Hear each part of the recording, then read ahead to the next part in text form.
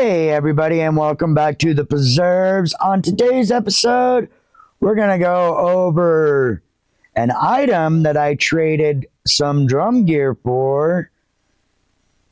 And so this is an item that I've wanted for a long time. So without further ado, let's get directly into it. So that item is this. This is a charvel, the toothpaste top, and your two charvel pickups. Now, this guitar is an anomaly in a couple of ways. I'd done a few things of research when I got this guitar. The guy told me that it was a 275 Deluxe. And at first glance, if you look at it, yeah, it resembles a 275 Deluxe. But there are some key things that you need to look for, and these three things kind of made me think that this is not, and so 275 Deluxe. So I started doing some research. I haven't even plugged this guitar in yet. I just barely, the guy sent it with two Allen wrenches, which are not the original Allen wrenches, and they do not fit the locking nut, and they do not fit they're wrong sizes. I guess he just, oh, those look like they'll fit or whatever, and threw them in the bag that he gave me, which he gave me a Levi's bag, and I believe originally these came with a hard case because this guitar is actually not a 275 Deluxe. These guitars were made in Japan. They have a dinky style body. And this guitar, if it was a 275 Deluxe, it would have a 25, and I believe it's 3/4 scale. But this one has a 24 and 3/4, or is it 25 and a quarter scale? And this one has a 24 and 3/4 scale. So this is the first anomaly. This has 24 frets. A 275 Deluxe was a 22 fret guitar on a 25.25 scale. This guitar is a 24 fret on a 24 and 3/4 scale. So that already makes it not a 275 Deluxe. Another thing that is different on this guitar, which is different than all the research that I found, with the exception of one page, and it's supposed to be a JT 570 Jackson licensed by Floyd Rose Bridge on the 275 Deluxe, but this one is a Scholar licensed by Floyd Rose, and that also aligns up with a different line of guitar. Now, the third thing that doesn't line up with either one of those guitars is the pickup selector. So this is an anomaly. It is. I opened up the back, and I looked into the wiring thing, and it all looks to be factory wiring. So this right here, if you look, so there's one position, 2, 3, 4, 5. 5 position. On both of those guitars, it was only a 3-position selector switch. So there's 5. So you've got, and what I'm thinking is they split these coils is 1, 2, 3, 4, 5. So That's what I'm thinking is going on. So what we've got here, I believe, is a 1990 Charvel Fusion Special. You can leave a comment down below if you think I'm wrong, but I'm pretty sure I'm right on this one. It did only come with one volume knob, but a 3-way selector and not a 5-way selector, and all of the wiring looks to be factory in the back. Matter of fact, let me open this up for you, and then I will show you the back of this. So give me a second. All right, so you can see in the back there, this all looks to be factory wiring in the back here. It doesn't look like it's ever been tampered with. All the wires are original. Everything is all original in there. So there ain't much in here. There's a lot of room for some mods up in here. I don't know if I'll ever do that or not, but there is room for some mods. But yeah, so let me get this cover back on. We'll plug it in. We'll see how it sounds. Okay, so there are a couple of other things I wanted to point out about this guitar before I plugged her in and whatnot. So it does have the cutaway for your belly, which is good. It has a single nick right there. This is the only blemish I can find, which is right there. I don't know if it's going to pick that up. That's barely, you can barely pick it up. But other than that, there's a few minor dents, like one right here on the side. These guitars came in a variety of color. This is the Snow White version.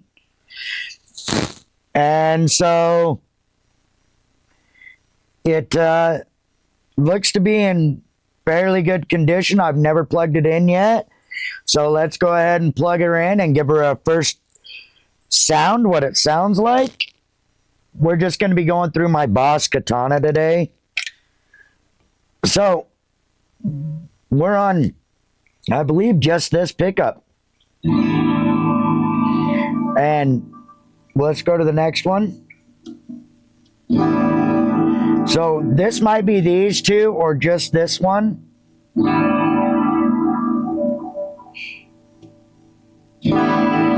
That's the next one. So pretty close in setting on all three of those.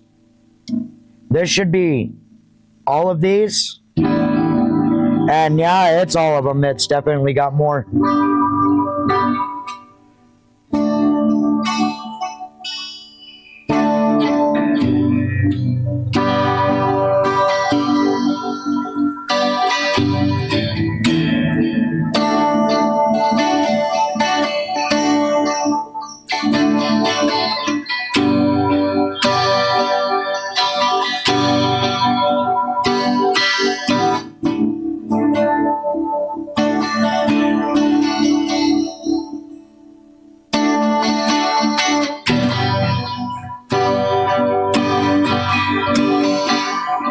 So yeah, and then the last, which would be just the neck pickup. A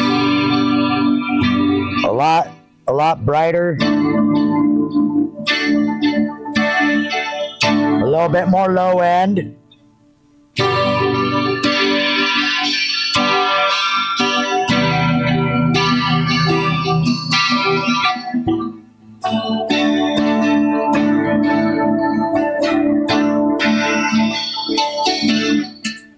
Yeah, so pickups and electronics sound really good. Like I said, the volume pot is a little bit scratchy. Other than that, I think a good cleaning on the volume pot would clean this up a little bit. I do need to go through and reset all of these. I just backed them out and then tuned it up here and tightened it down, and I didn't quite get it the way it needs to be, so you have enough adjustment on your fine tuners, because one of them, my G string, is all the way pretty much tightened down to get it in tune. So I need to be a little bit more accurate up on my tuners up here and then lock it in. The way that I've always figured out how to do this is to set this so it's a little bit high, and then when you depress this locking nut, it will give you enough adjustability down here to where you're right in the middle. So yeah, so that's with a Floyd Rose anyway. That's just the way that I've always found to do it. If you have a better way, you can let me know in the comments. So let's switch over to a distortion. We'll see how it sounds with distortion. Yeah, that volume pop, listen to that. That's with the strings muted. So, you hear how scratchy that is? So it's pretty scratchy. It needs to be cleaned up pretty good.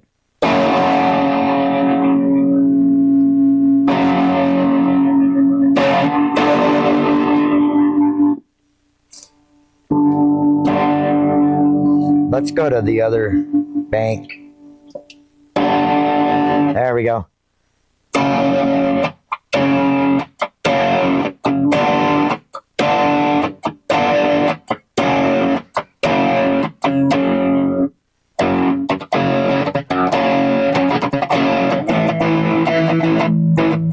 This guitar plays like butter, even for somebody that doesn't really play guitar, so.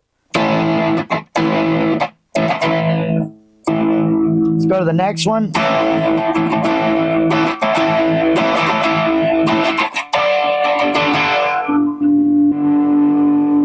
Yeah, so it's scratchy. That volume pot is scratchy until you're halfway up.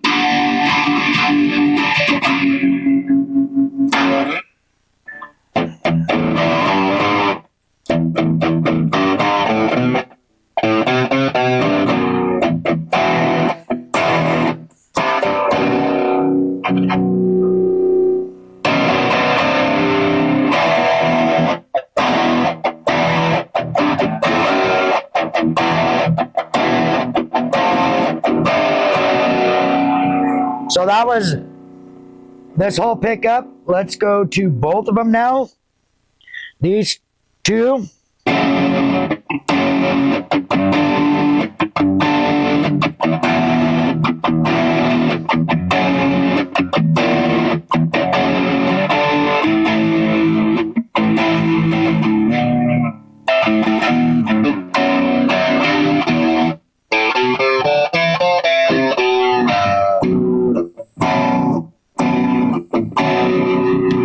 Now the neck.